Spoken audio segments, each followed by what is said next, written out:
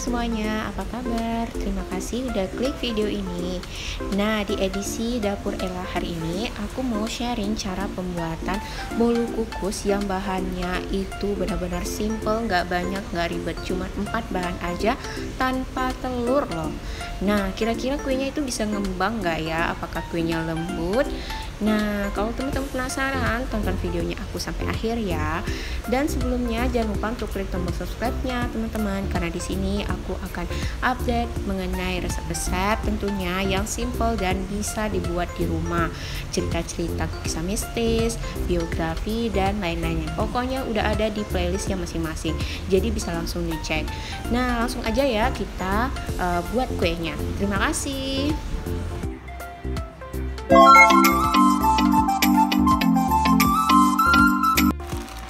Pertama aku mau siapin tepung terigu nih, udah aku letakin di tempat penyaringan gitu. Nah, kalau di tempat kalian itu apa namanya?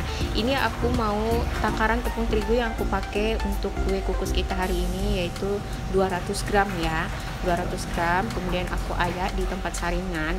Gunanya apa? Sepertinya kayak teman-teman udah tahu ya, supaya kita dapat tekstur tepungnya itu yang halus, jadi nggak ada tepung yang menggumpal saat kita buat kue nanti. Jadi semua bahan itu yang bubuk-bubuk biasanya akan aku saring terlebih dahulu ya.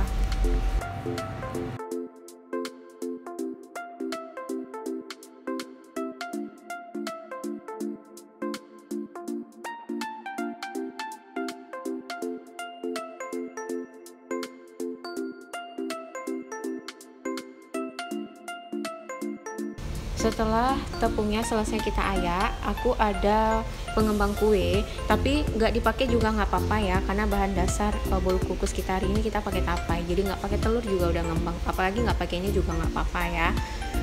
Nah, setelah ini aku masukin di sini karena itu ada yang menggrindil juga, makanya aku pakai penyaringan juga. Kemudian aku mau masukin vanile.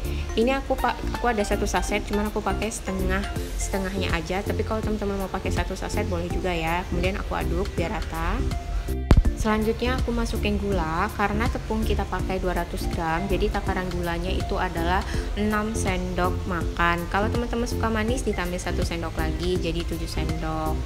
Nah, setelah itu kita aduk pakai pengocok manual ini biar rata dulu.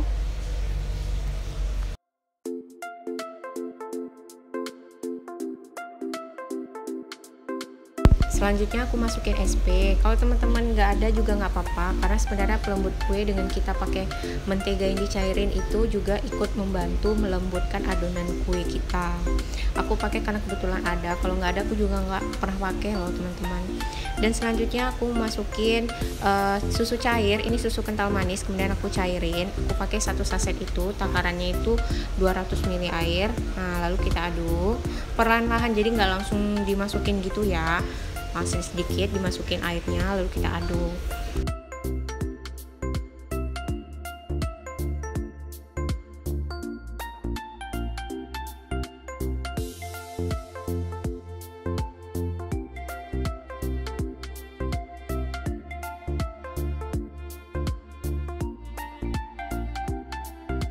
Aku mau kasih tips buat teman-teman kalau misalnya mau pakai pengocok manual ini, karena nggak ada mixer atau malas pakai mixer. Nah, itu boleh banget dialaskan di bawah mangkuknya itu kain, gunanya supaya nggak kegeser-geser gitu mangkuknya pas kita lagi ngaduk-ngaduk adonan.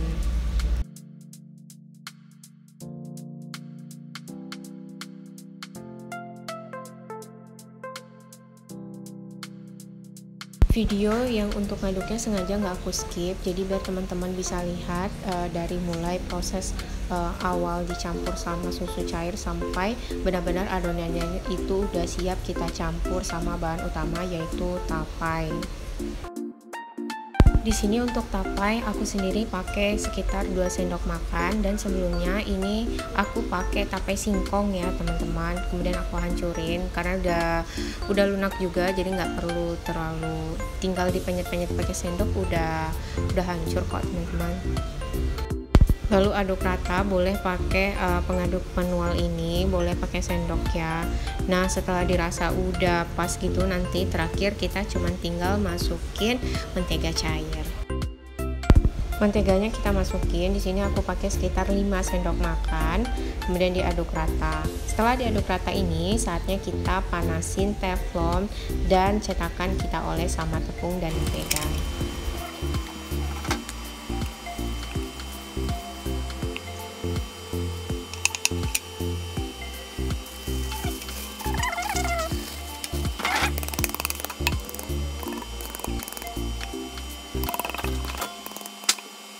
Jadi biar lebih cantik, di sini aku adonannya udah siap, aku bagi dua letaknya tempatnya itu. Satu adonan yang biasa tadi, nah yang kedua ini mau aku kasih campuran warna ungu. Tapi aku nggak tahu ya teman-teman, ternyata nanti hasilnya itu bukan jadi warna ungu tapi warna hijau, mungkin karena fermentasi tapai tadi ya. Jadi yang warna ungu bisa jadi hijau. Bagus banget.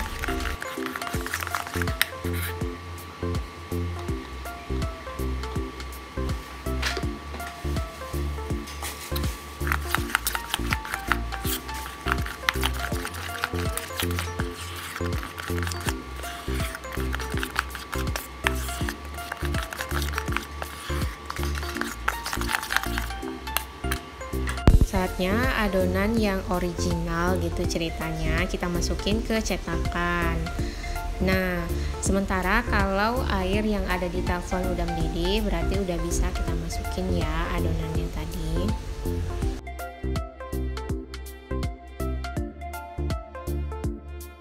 Airnya sudah mendidih, berarti udah bisa kita masukin ya adonannya untuk mulai bisa kita kukus. Tapi sebelumnya itu dialas ya teflonnya. Karena dasarnya udah matang, saatnya aku masukin adonan kedua yang di sini aku beri warna ungu.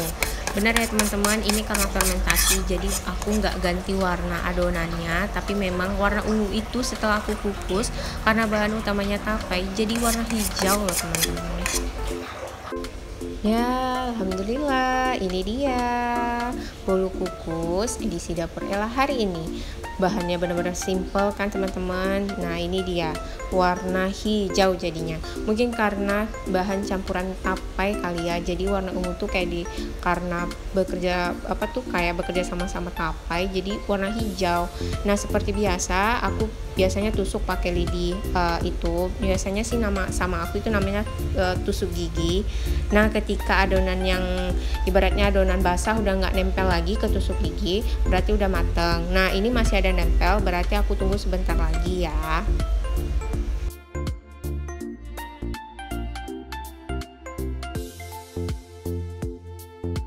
Nah kedua kalinya aku coba tusuk lagi adonannya, ternyata udah nggak ada lagi yang nempel, berarti kue kita udah mateng dan siap untuk kita angkat.